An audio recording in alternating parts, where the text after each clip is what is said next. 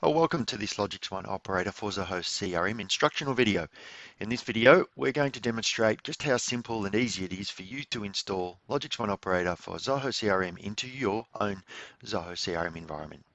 So by now you've found us in the Zoho Marketplace and you've clicked the install button. You'll be presented with this start screen here and with information on how to do it. Please note that it's important that once you've installed this, after the install has been complete of the extension, that you navigate to the new LogixOne Scheduler module that will be installed inside your Zoho CRM environment. But I'll show that in this video. So all you need to do is agree to the terms and conditions, click continue, and select which profiles you want to allow access to it. So in this example, we'll say for all users, click confirm, and here you can either pay for your subscription monthly or annually, or take advantage of a 10-day free trial. Please note that the installation that you're installing here allows you to have a maximum of 2 active operators in your system. So what we'll do now is just select the 10-day free trial and we'll install that.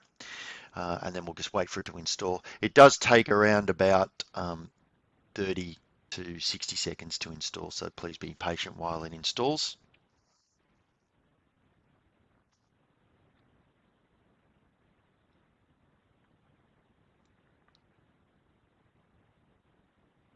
And you'll notice here that we got the confirmation that the extension's been installed. And so there we go. The Zoho Marketplace extension has now been installed. But we need to complete one more step, and that is to navigate to the LogixOne Scheduler module. So please read here. This is very important that you do this. So let's go do that now. Let's go up here to our other modules, and there we go. There's our LogixOne Scheduler module that has been installed. If we click that, okay, now what we need to do is basically authenticate your Zoho, or this particular Zoho CRM environment, with LogixOne Operator. And so to do that, we've got some other information here that you might find relevant. Just advising you that you need an enterprise version of Zoho CRM. So Zoho One subscriptions are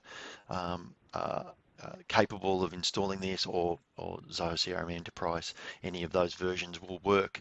And of course, you need to have administrator access. All right. So what you need to do is basically come to this little hyperlink here. Please click here to continue with the authorization.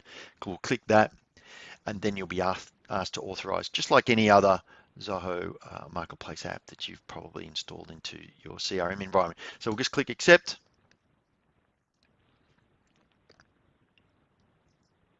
And there we go. The installation is now complete. And then we've also got a video in here on how to customize this link, but we'll add that into this video as well. Okay, so now we know the installation is complete. All right, so all we need to do now is go back into our CRM environment, and let's go to the, let's refresh the LogixOne Scheduler environment. And there we go. Now we have LogixOne Scheduler running, and we can test this by testing the mapping functionality. You'll see here that we haven't created any operators as yet, so we don't see those here. We need to do that, and we'll do that in the how to use or quick start video guide. That'll be for another video. But to test that your instance of LogixOne Operator is working, just come to the view section, select the drop down box, click the map, okay, and then come into the select filter and select, say, accounts, and then watch here, and then we can see that this is mapping.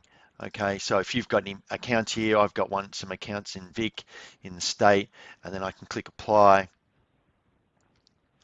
And if we zoom out, I think there's one up here. There it is there. Okay, so you can see that it's mapping that account. So now we know that LogixOne Operator has been installed correctly. All right, so at this point, we've installed the platform. What we need to do now is come in and make a few modifications in some of the modules that have had new fields created in them. The first one that you want to look at is your sales order module. So let's navigate to the sales order module, the native sales order module that lives inside CRM. And it's important to note that LogixOne Operator utilizes the Zoho Sales Order module to create jobs. It utilizes the native Sales Order module and also the native invoice module, and of course also the native products module. So let's go and have a look at the sales order module, because we need to make a few little cleanups after we've installed LogixOne Operator, because Zoho Marketplace isn't that sophisticated when installing new fields into existing modules. So let's do that. We can either come in and create a sales order, and you'll see here that it's created these fields, and all the LogixOne fields are represented by an L1 at the beginning of them. So that's an easy way for you to know that that's a LogixOne field. All right, so what we're going to do is edit the layout for here to just clean this up a little bit.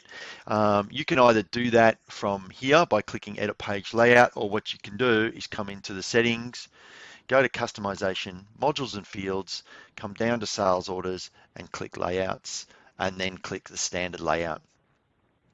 Okay, so here's our standard layout here. And now let's just go about customizing this layout just to make it easier when you're creating jobs. All right, so what I'm going to do is, I'll just take that out, that's from an earlier. I'm going to create a new section here.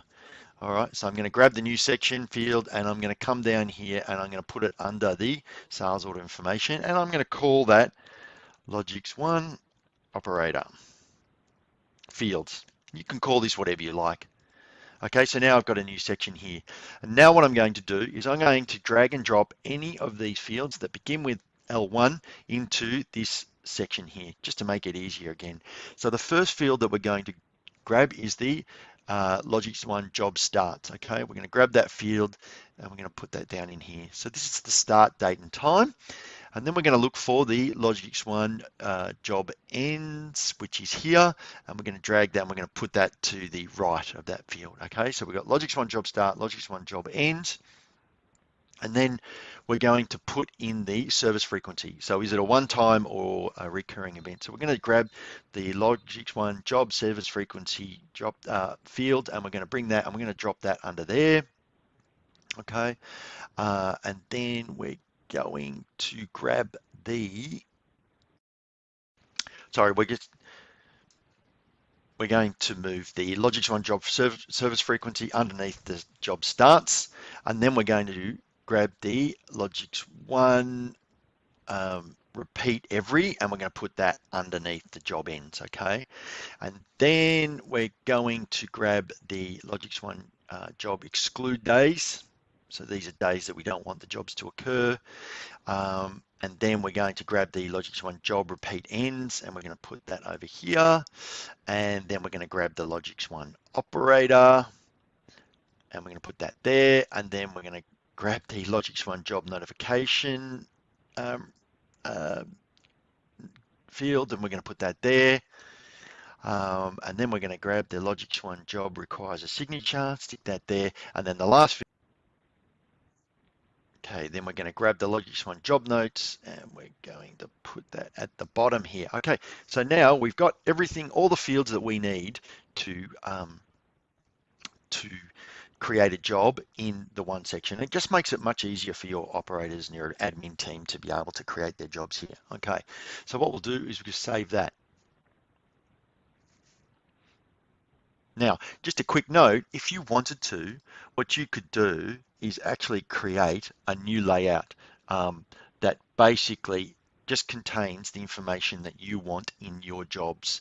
Okay, so what I'm going to do is quickly create a new layout, and I'm going to copy it. I'm going to clone it off the standard one, and I'm going to next, and I'm going to call this LogixOne jobs. All right, oops.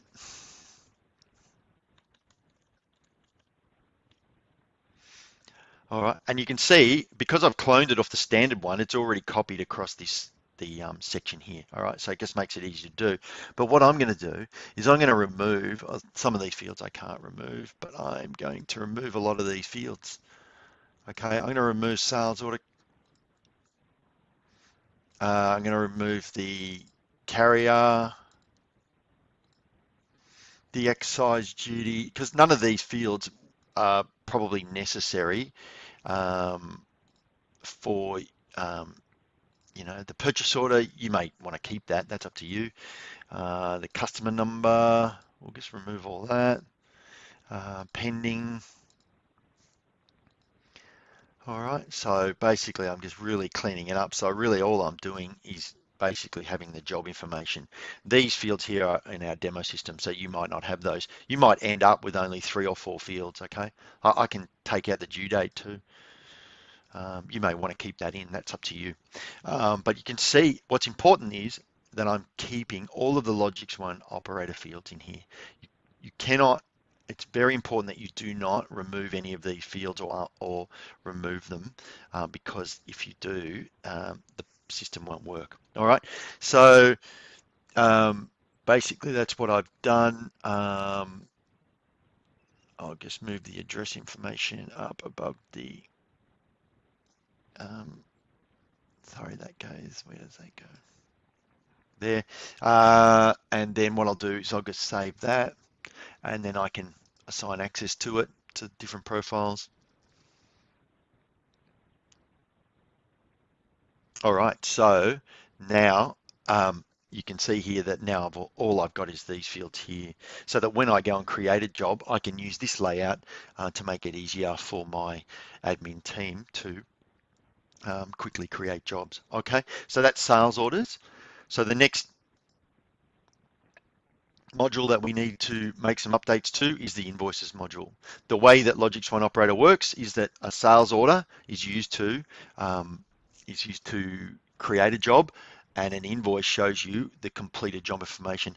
It's also worth noting that what you can do is actually come into modules and then go to sales orders and rename it. So what I can do is rename the native sales order module, rename that. I can add that to, say for example, job cards.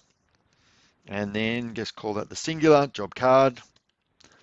All right, so if I save that, you'll notice now that if I come here, where is it?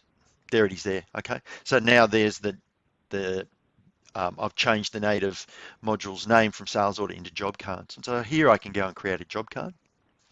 All right, and so you can see now, all I've got to do is enter in this information here, select the operator, the job, LogixOne operator job details, select the service item, and create the job. So it makes it much easier to use. All right, how to do all this is for another video. We're not going to go into that right now. Okay, so as I mentioned, we just need to go back in and change the invoices module. So we'll go back into modules and fields. We'll go to invoices. We might actually change that. Let's do that now. Let's change that to completed jobs. Okay, you could leave it as invoices if you wanted to. All right, yeah, that's entirely up to you, but we'll just change that to completed jobs.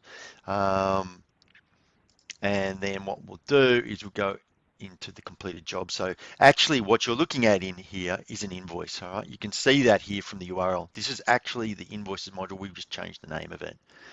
And then what we'll do is we'll create one, and we'll come in and we'll edit the layout here. You don't have to do this if you don't want to, but you'll notice in the layout that here's the LogixOne operator fields that are important that get captured when the jobs are completed from the operator app. But let's go and do that. Let's just edit the layout. Again, you could do that from the settings menu. Let's drag and drop a new section. Let's take that old one out. Let's rename that to operator fields, and then let's drag and drop any of these fields. So LogixOne operator, that's who completed the job. The LogixOne job, sorry, there's something a bit wrong with my mouse. LogixOne. Okay, so there you go. I've basically copied all of the LogixOne operator fields into the native invoice module so that when the jobs are completed, you'll be able to see all of the completed information here, of course, as well as the invoice, the final invoiced items. But again, the how-to is for another video. This here, we're just showing you how to clean up and utilize to make the modules that you are going to use, the native sales order module, the native invoice module, look a little bit cleaner for your admin team. Again, you could actually go and create a new layout for this. and copy it, and just show the fields that you want to show. But you could do that. That's up to you. Again, remember that you need to show all of these fields. You can't remove any of these fields, because if you do, LogixOne Operator will have some issues operating. All right, so that's the native invoice module. The other module that actually gets installed is LogixOne Operators here. Again, we'll go over that in the how-to video, but you can go in and create an operator here, and then you'll notice we've got LogixOne Operator name, LogixOne Operator login password, the status, the login email, and so forth. Again, you could modify this layout if you wanted to. That's entirely up to you. It's also worth noting that you can also come in here and create new fields, right? If you wanted to come into the LogixOne Operator field and you wanted to put the operator's mobile number in here, then yeah, you could do that. You could come in here, just basically grab a phone field and give it a name.